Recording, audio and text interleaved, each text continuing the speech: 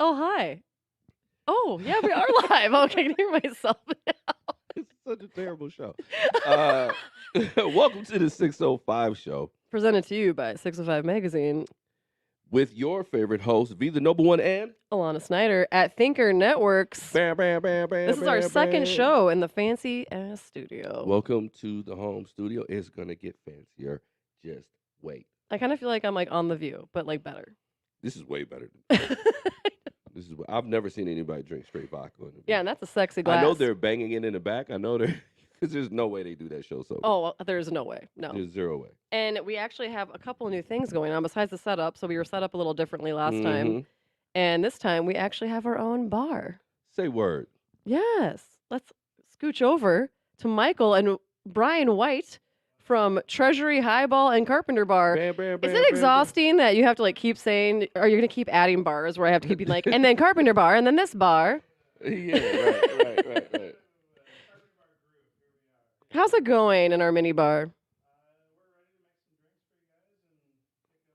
Well, first off, let's see. What is new? You have a trophy on your bar here. What's going on there? that And about? what's new? at It's your a bars? little like friendly competition we have amongst the bars where we all come up with the same drink with a different recipe. Then we have our guests kind of vote on their favorite pick of the bunch. And Call it the try 'em all, right? Try for 3 bars, try every drink. Come on, get your card stamped, vote for your favorite bar, and when you turn your vote in, you get a free beverage. yeah, free drink, And so far, Carpenter Bar won for which type of drink?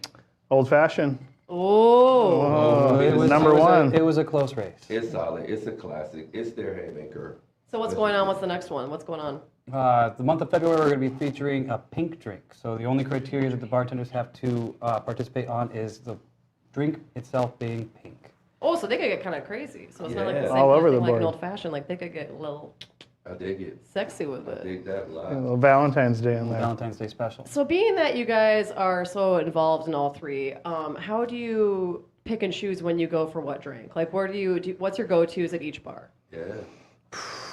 Well, that's just a daily, Each bar has great drinks, and I think sometimes you just, maybe 'em all. maybe Tuesday and I'm going to try an old fashioned. Maybe Wednesday I'm going to try a sidecar, and it does get to be a slippery slope when you're when you got to hit all 3 bars in the same day. But Living in a hazard of the sad job. car. Here's what I'm going to say. I get the same drink at all 3 bars, and it is amazingly consistent. I always do a good job. What do you drink again? I forget. Great use of rights. That was a trick question. That was a trick question. Were you paying attention? And usually I just drink Chardonnay too is when I go. Yeah. You guys are and pretty she simple, puts pretty White easy Claw on this. in a glass, which is just. No, it's a sparkling travesty. water, you jerk. You know what I'm saying? White Claw. Well, No then let's law. up our game. Could you guys talk through what are you going to make today? What's going on? What do you got? Yeah, let's get something sexy. You want us to make one now? Let's get sexy. do it. Why don't you start with Anita? Yeah, so this is just kind of one of our top sellers over at Highball. It's called the Verdita Margarita. So it's at the bar we actually infuse the cilantro and jalapeno, but here we're going to make it as if you were going to be making it at home in case somebody wants to steal a recipe from us. So we start with, like I said, some cilantro. Let's put about 3 sprigs in the old shaker here. And if you can't tell at home, that's fresh. That is fresh from Hy-Vee this morning. Also a little fresh jalapeno.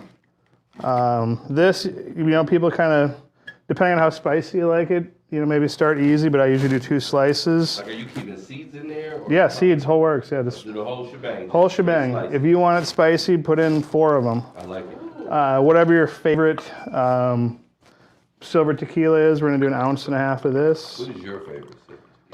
I really like this El Jimador. Like for the price, it's great bang for the buck. I mean, you can use Patron or Casamigos, but those you're gonna be wasting a little money. That's kind of the straight drinker, Well, a straight I was shooter. in the club scene in the 2000s, so Patron. That's all it was. Roll that Patron. Yeah, got in a couple situations behind that. Yeah, that'll sneak up on you. Sure you didn't fight anyone. Never a fight. You can use this if you ever get too rowdy. Plus So- liability. Yeah. Shaker, cilantro, jalapeno.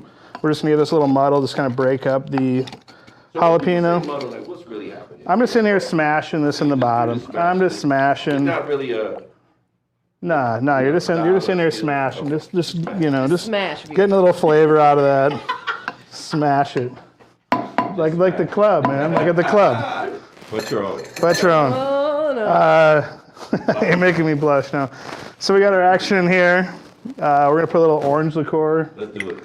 A half ounce of this. And like if you're at home, you might be squeezing your limes to order. So this is getting extra Always squeezing fresh. my limes. So what is it like? So what is like for the accoutrement? What are the type of things that people should have on standby? You know what I mean? Oh, standby? It's Simple like home syrup. tools? Or, you know, like Yeah. the stuff in the bottle. What should I have to be able to make the drinks that I want? You should have one of these, a fancy juice press. Okay. Or squeeze your own juice somehow. Don't buy this shit at the store. It's 100%. It's nasty. This will set you apart from your friends' cocktail parties. That lame stuff. A shaker set is Okay. essential. A jigger. This is just like a measuring device so you can have consistency in your cocktail. What else do you want?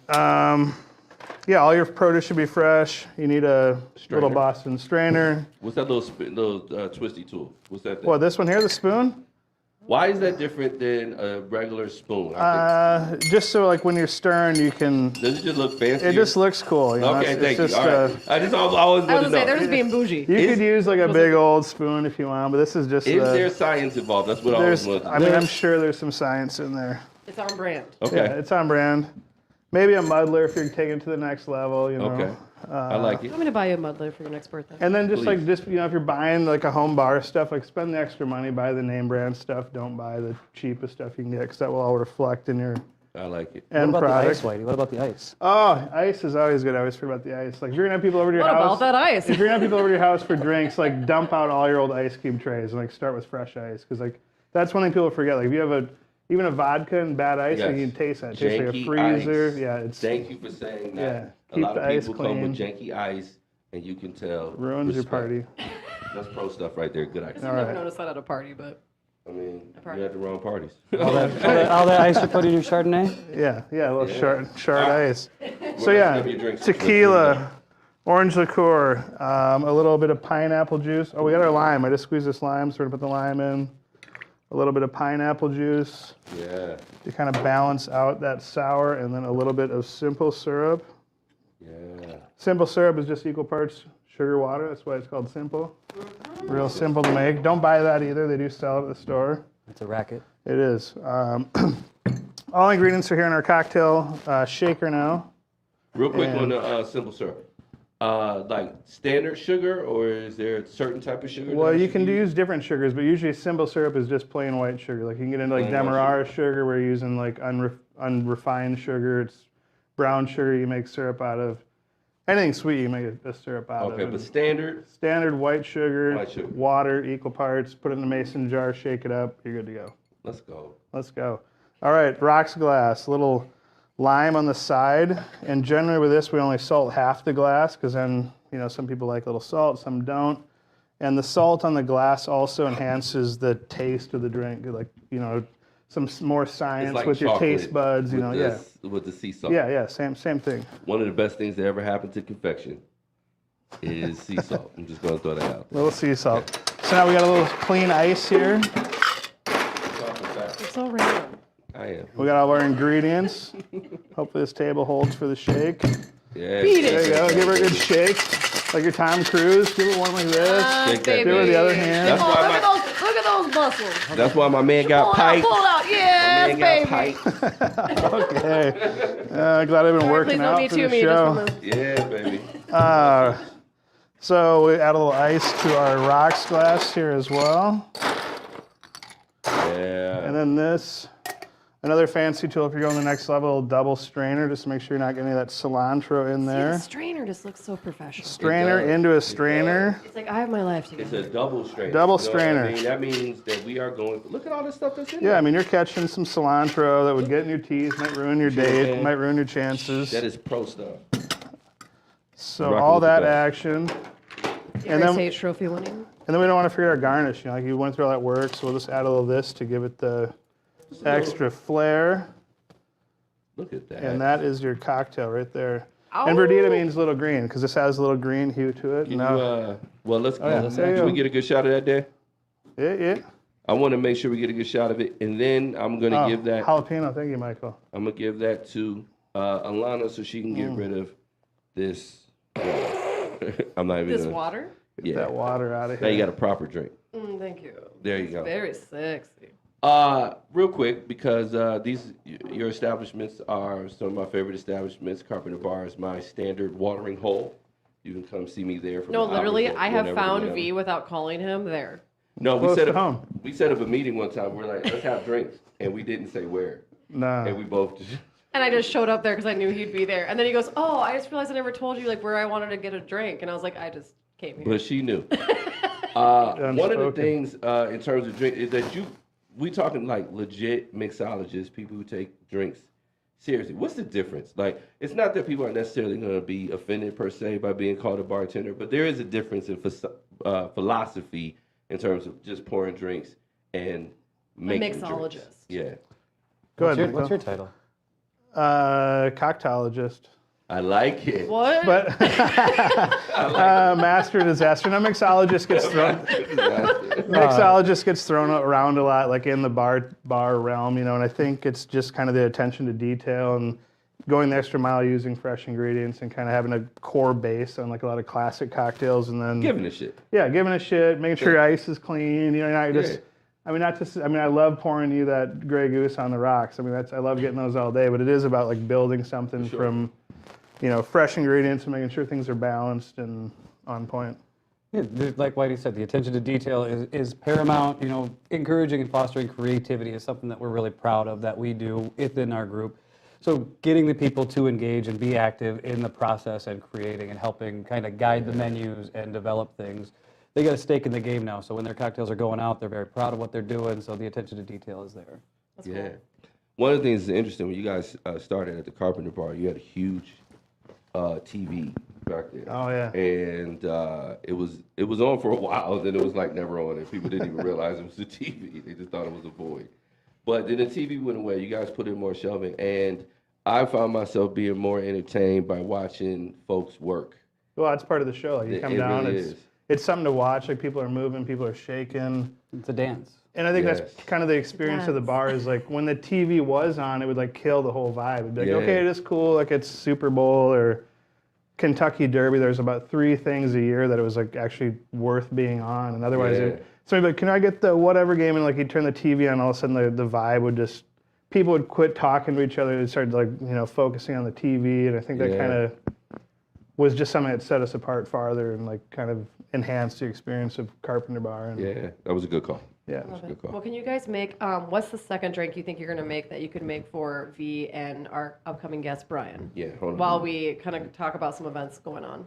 Second cocktail we're going to do will be the 3/4 Nelson. It's a popular drink that came from the Carpenter Bar. Recorder Nelson. It came from the TVs when we used to play wrestling on Yeah. Sunday nights. Sunday nights. Yeah. So for this one, we're going to start with an egg white. Hello. Ooh, just the way. That's a thick one. Here, let me be Thicker than here. a Snicker. Got it. Got a spot here. Then we're going to add our fresh lemon juice.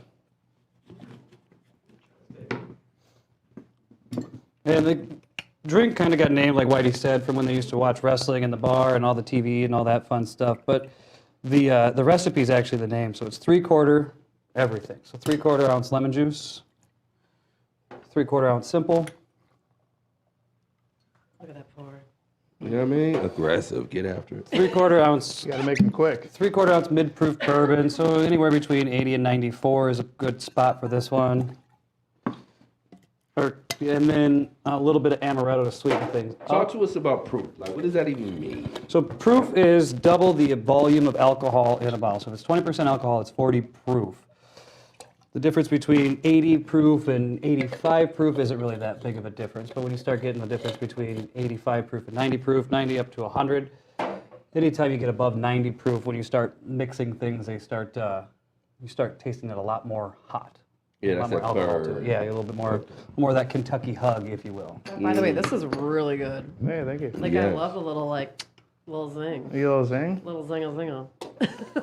So with this one, we're gonna do our wet shake. A wet shake? Yeah, so just a normal. That sounds like a thing. That was my ice. nickname in With college. ice. with ice. That sounds explicit. Hello. Yes, shake that thing. All right. Tom Cruise. And then we're going to strain that back into our top tin here. We're going to go back and we're going to do a dry shake on this one as well. No ice. Dry Yeah. shake. Once with, once without. So what we're trying to do here is really emulsify that egg white and break down all those proteins in there with the lemon juice to give it a nice frothy top. Interesting. Once you got that done, you're going to strain it back into your glass. Look at nice and frothy. Nice for and ya. frothy. Yes. Add a little ice. There's that ice again. Nice clean ice. Nice, clean ice. Nice clean ice. It's not disrespecting ice. And this one gets a nice garnish here. Orange peel. This was always an interesting thing for me because you guys use a lot of peels in there. How do you get the most out of all of the fruits, right? So you're not just using them for peel. Do you actually use? We do. We save all the fruit, and that goes downstairs to be juiced for the following day's fresh juice. Look at you. So we have very little waste. And that's what we always say. Like, if you want to put a rip on a cocktail, which is what we call the zest of it, a rip of lemon or a rip of orange, Oh, that's gorgeous. rip away because we will squeeze that juice. I even have a guy who drinks PBR, and once in a while he'll get a little citrus blast on his PBR. And then we finish it off with the orange cherry flag with 3 shots of aromatic bitters. I like it. Can I get a poster for Oh me? yeah. There's a 3/4 Nelson for you. Look at Awesome. that. Thank you, You get that, guys. Dan? Oh yeah. Wait, Brian, which one do you want? Okay, Do you want a well, I'm gonna do- margarita or do you want one of those? I'm not an egg guy. You're not. I can make you an old fashioned too. I know. I can make you want an that. old fashioned too. Nope, I know that's want kind of that your one. jam. Okay, Brian. I want the make old Brian an fashioned, old Brian. We'll Okay. talk about some upcoming events. All Thank right. you, guys. We'll check back Thank in you. with you. Well, wasn't that fun? It was. That was enjoyable. Listen, you know what we don't talk about enough? We don't Wet talk shakes? enough about liquor. Wet Oh. shakes too.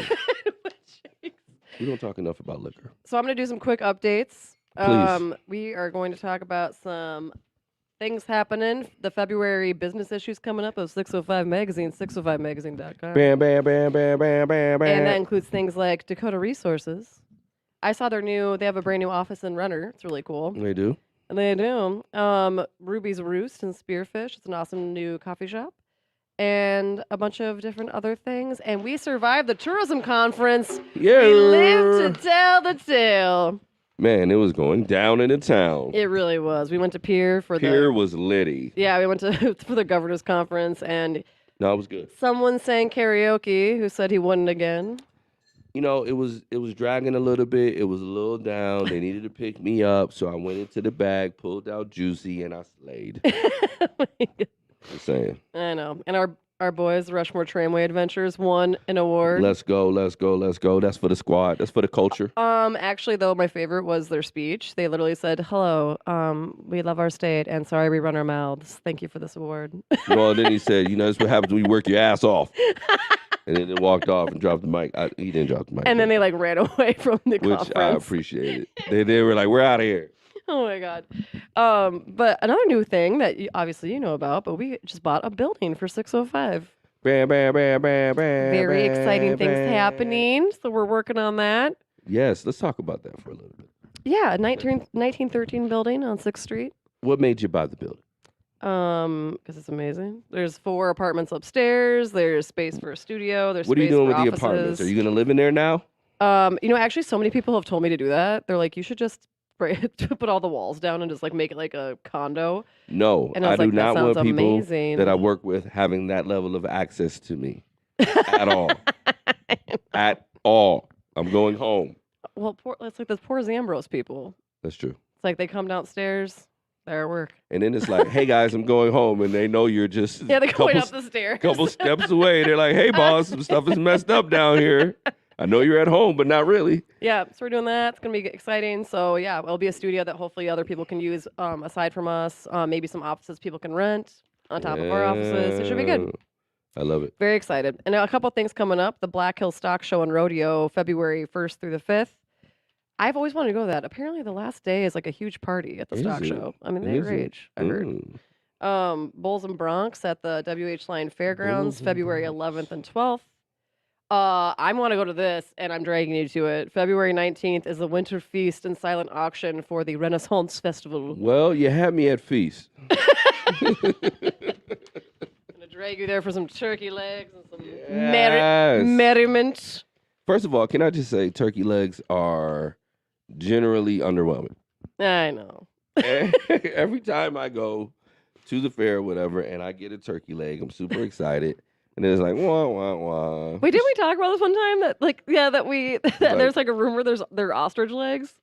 It's like, he's like, I don't think we talked about that. I think you made that up. I think I heard that. Anyways, Yeah. February 25th and 26th is Mardi Gras in Deadwood. Let's go. Which you I'm know. interested to see how Deadwood does Mardi Gras. You know, is it like Wild Bill with a bunch of beads on? Is it that? Hey, we got to see his belly. He sent us a picture. Oh, gosh. Yeah, remember I showed you.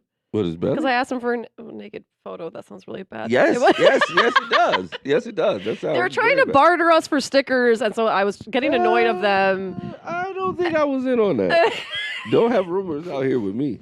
And so I guess he used to always, like, whenever he would drink, he doesn't drink anymore. But when he used to drink, he, I guess, would always lift up his, like, stomach and, like, show his belly to people. So he sent me, like, a belly pic. Oh, okay. Yeah. It's fine. Anyway, Yeah. don't worry about What it. do we got?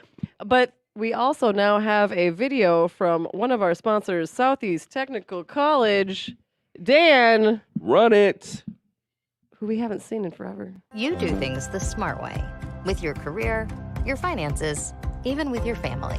So do the same with your education. At Southeast Technical College, you can take the direct route to real results and advance your career to the next level. Learn through hands-on training, in person or online, and earn a degree that will pay the bills instead of adding to them. Keep moving forward. Take the smart way up at Southeast Tech.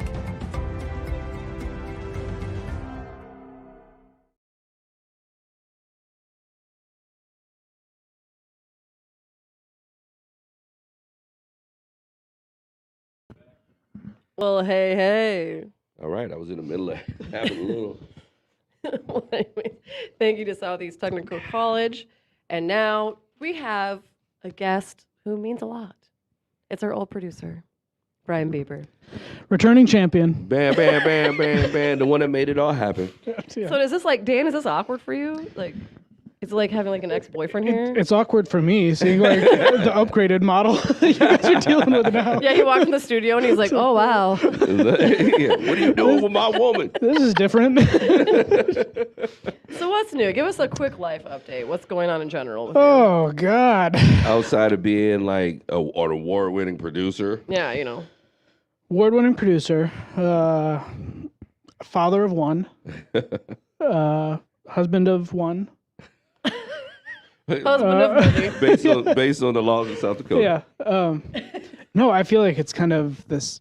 A lot of life is kind of this the same as it's been. It feels like a weird, sometimes depressing loop that we've been in for the last couple of years. It has been a crazy So Yeah. loop. every once in a while it feels normal, Thus the drinks. Right. and then so that's just kind of been life. So But- you asked me what's going on. I don't know. You had a project, though, to keep you I had a busy. movie. Yeah, I put out a movie. Just like a movie. Which is kind of a big deal, bro. Yeah, we're featuring our friend Brian White over here. Oh, This is amazing synergy.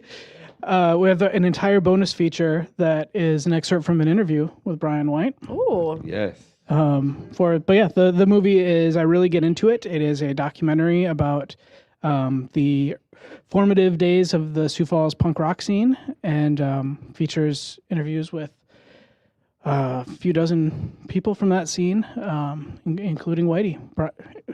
Do you good? Okay, Brian White. He can't shake it. I know Okay, he well, wants yeah. to sometimes, I know. but like, listen, when you become an icon, share's gonna be shared. Yep. Okay? Sorry.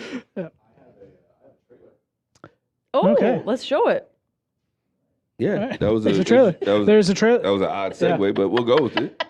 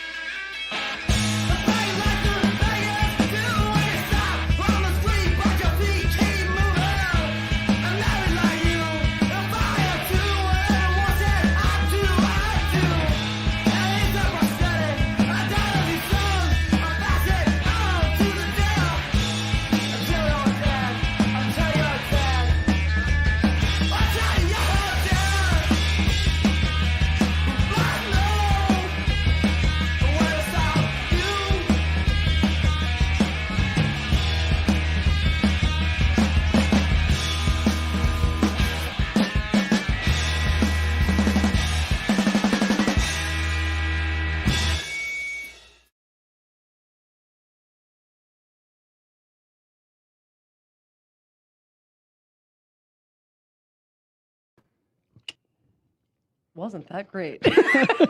Awkward. Well, I couldn't see it, but I bet it was wonderful, It bro. was, yeah, and I think that was the trailer for the streaming version of the movie, newly available. I really get. Is it okay to plug it in the middle of the interview? Well, that's the point of why you're here. Well, I know, but I didn't know if you wanted me to save it to the end. Yeah. I really get into it -movie.com, Yeah. and then you can rent it, you can buy it digitally. You can also go to ireallygetintoit.com and buy a DVD, That's awesome. a bunch of other stuff. Do that both. I can use. Yeah. Stream it Be a com- and buy it. Yeah. So here's okay. Talk about kind of your journey with it, because I know V and I talked to you about this when we were doing the podcast a couple of years ago. Because Fresh Produce does a really cool program where you were able to do that, and then explain why you chose that as your project and everything.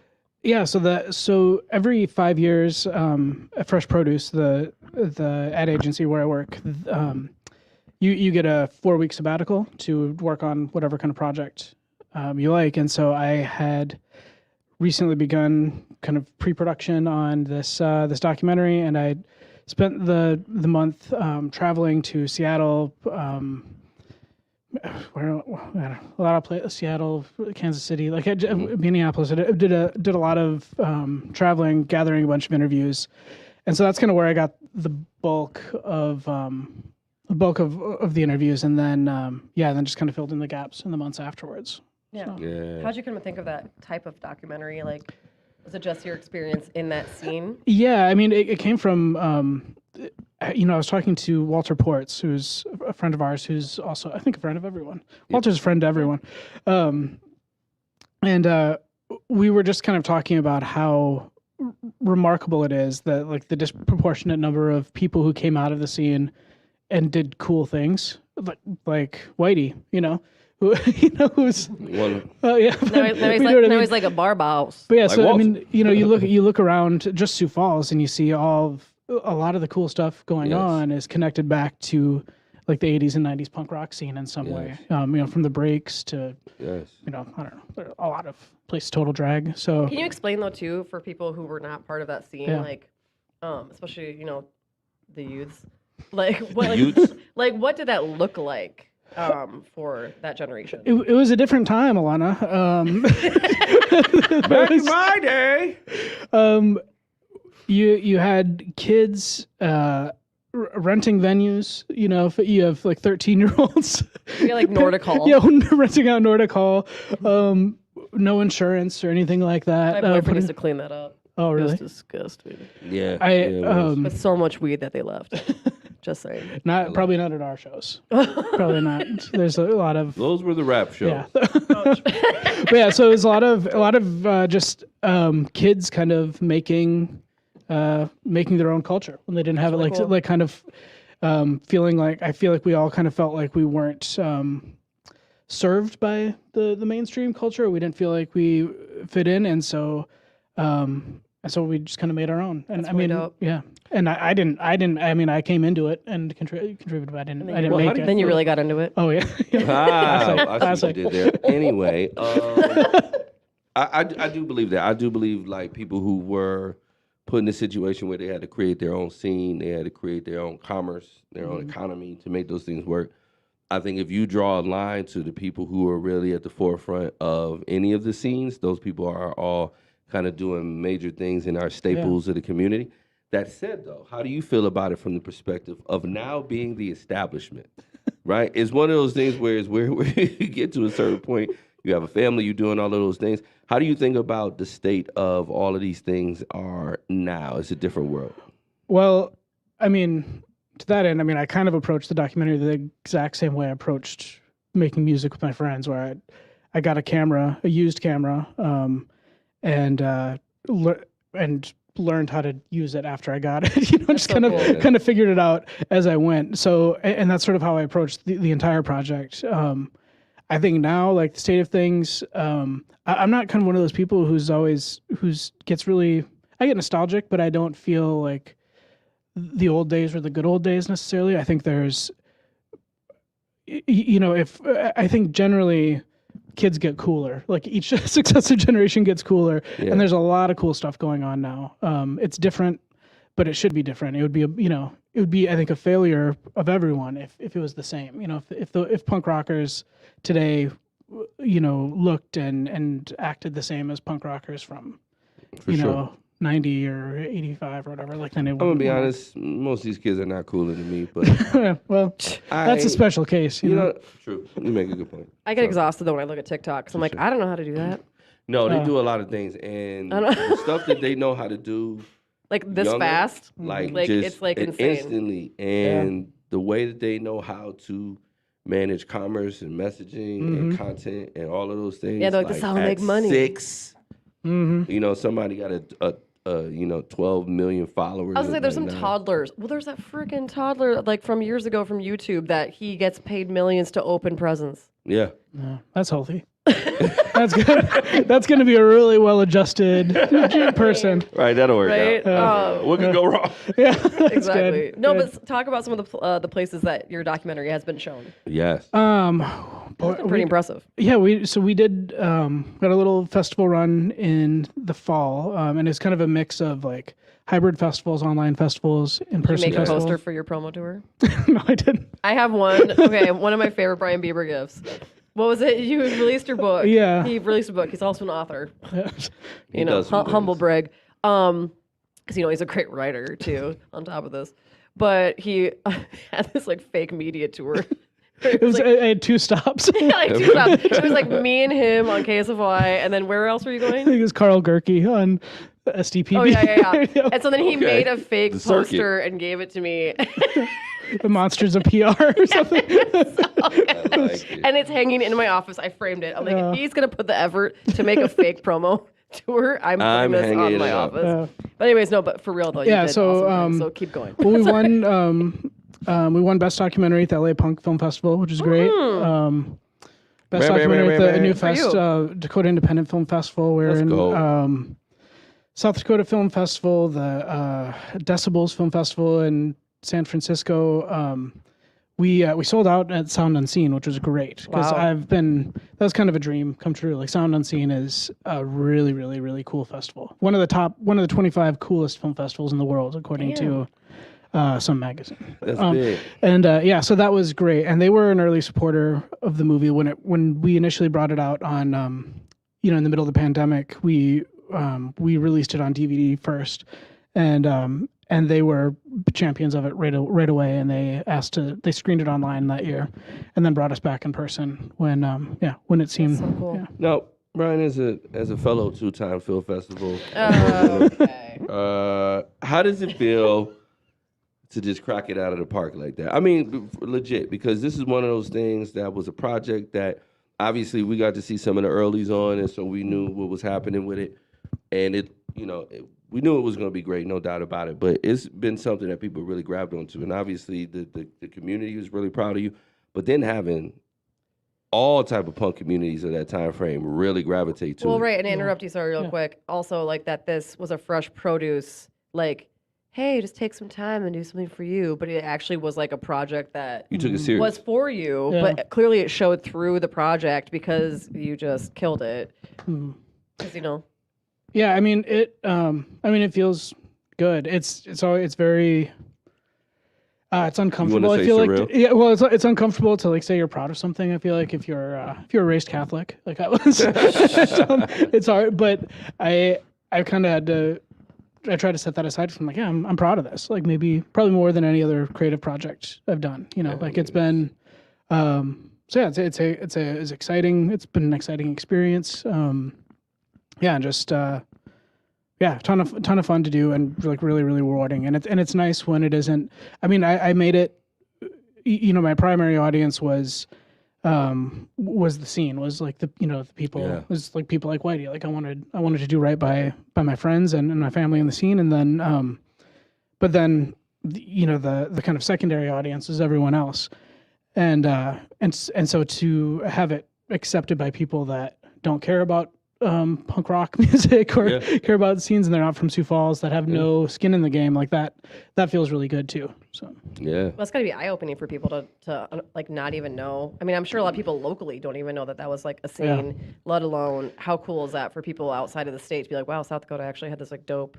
Yeah, and it was in scene. and it was in this time period, like kind of pre-internet, like that decade before the internet took off, and so before Kazaa. Yeah, and so so it's like all this stuff, all of this culture kind of just slipped into attics and closets, and all these 7-inches where that there's like 300 copies of some of these 7 inches, and so none of this stuff is digitized, or very little of it is digitized, and so it was an opportunity then to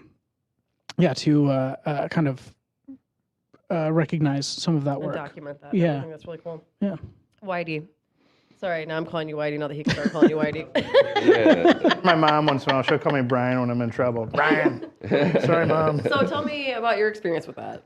I mean, I think Brian hit it on the head. It was just kind of I guess in the moment, you don't realize how cool something is. And then 20 years later, you kind of, at least in my experience, like I never really had the relationships with some of just as well as I related with those people at that time. I think that was just like a special time and place. And then later in life, you're like, God, that was really cool. And at the time, you're kind of not realizing how cool it is. You're like, oh, well, Minneapolis has a cooler scene, and they're punker in Sioux City, and they're, so you always were kind of like looking for you out. And a lot of people moved away to bigger cities to try to be a part of this bigger scene. And in hindsight, you look back and you're like, wow, that was really something special. I think what Brian did to kind of showcase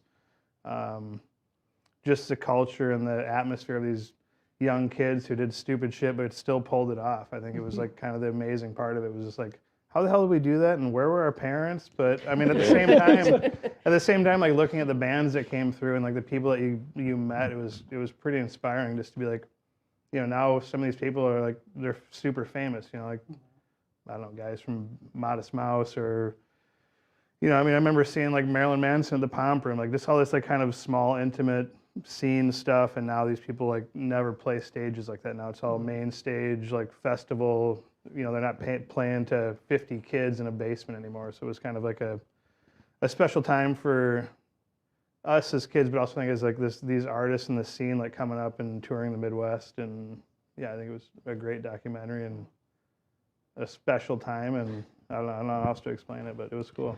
Scene documentaries are special because, number one, it's just difficult because you had to carry it then and you have to carry it now. Some people get to be reflective of it, but when you are in the scene, to know who the players were, to know who the people are, and still be engaged in it enough that you can still get all of that stuff, that's really, really hard to do if you didn't stay consistent or if you weren't one of those people that stayed connected to what was happening and all of those type of things. So I think that's really special. And as you pointed out, a lot of us learned how to do things without needing everybody in your corner. And I think that is just such a special skill to teach people to be able to be successful even when you're swimming upstream. Well, and like you had it going on at the same time. I remember the first time I met V was at Lincoln Palooza, the lunchtime concert series at Lincoln High School.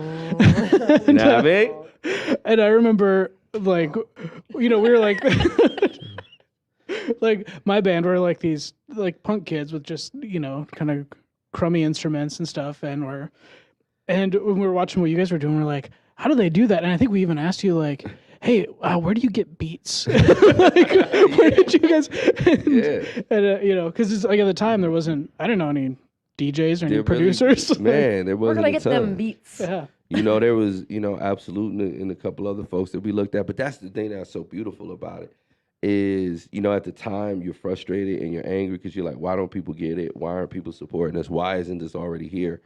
But you just realize the value of being able to put the stuff you want here. And that is your responsibility. Well, to do it no matter what. Like, because you just want it to happen. You don't care if, at the end of the day, if anyone else cares. If it's here, it's cool. Same thing with the magazine. Same thing with whatever. And if you just really follow the trend of the people who are determining what's happening in our community right now, they're all people that didn't let their circumstance determine their circumstance. Look at that. Yeah. That's a bar. So That's correct. I guess he always Correct. drops a mic, and I'm always like, I don't know what to say next. Well, I have a couple questions for Brian Beiber coming to you live. It's called Tuning In. Let's go. Let's get into your music taste, shall we? Okay. Actually, I'm gonna leave. He has a board meeting. I got stuff I gotta do. Listen, you Hey, know. wait, Dan, do you want to take his place? All right. You know, he's gonna put stuff I'm on out the in these screen. streets. I'm gonna take a little shot of vodka I'm before I gonna get get out here. intimate. It's silly. Let's ask you a couple questions before we wrap this up. Okay. Oh my God! And then he's getting more Grey Goose before he goes. Set it to go, Grey Goose.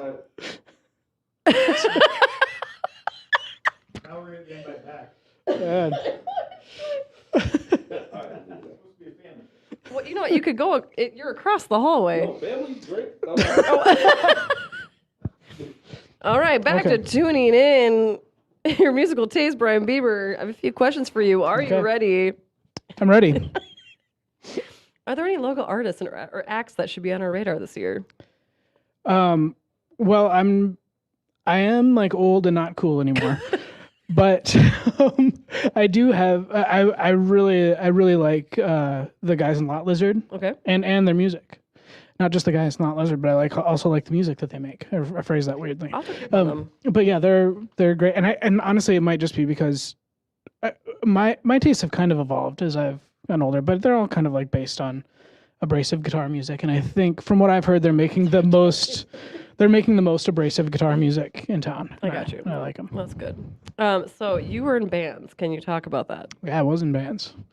I played, I played bass serviceably for for what those bands were. I did just fine. Did you slap at I a would bass? say no, I couldn't. I wasn't at that level. You know who else played bass? Whitey, another writer. Yeah, Look at you, Yeah. Michael. I was like, play the okay. trumpet. yeah, quite a rhythm section over here. Yeah. I played the drums for 1 semester, and then I failed. If you could bring any artist to Sioux Falls to perform at the Premier Center or a different venue, who would you choose? This is not a punk band, but the Sloppy Boys for sure. Sloppy Boys. They're a band made up of comedy writers and actors, and they are fantastic. Oh, I'll have to creep on them too. Yeah. What is a song that no one would guess that you jam out to often? Probably lately I've been revisiting the Hedwig and the Angry Inch soundtrack, and I've been listening to Wig in a Box on repeat. So It's actually a very good show. it's beautiful. I will tell you. Who are your top artists on Spotify Wrapped 2021?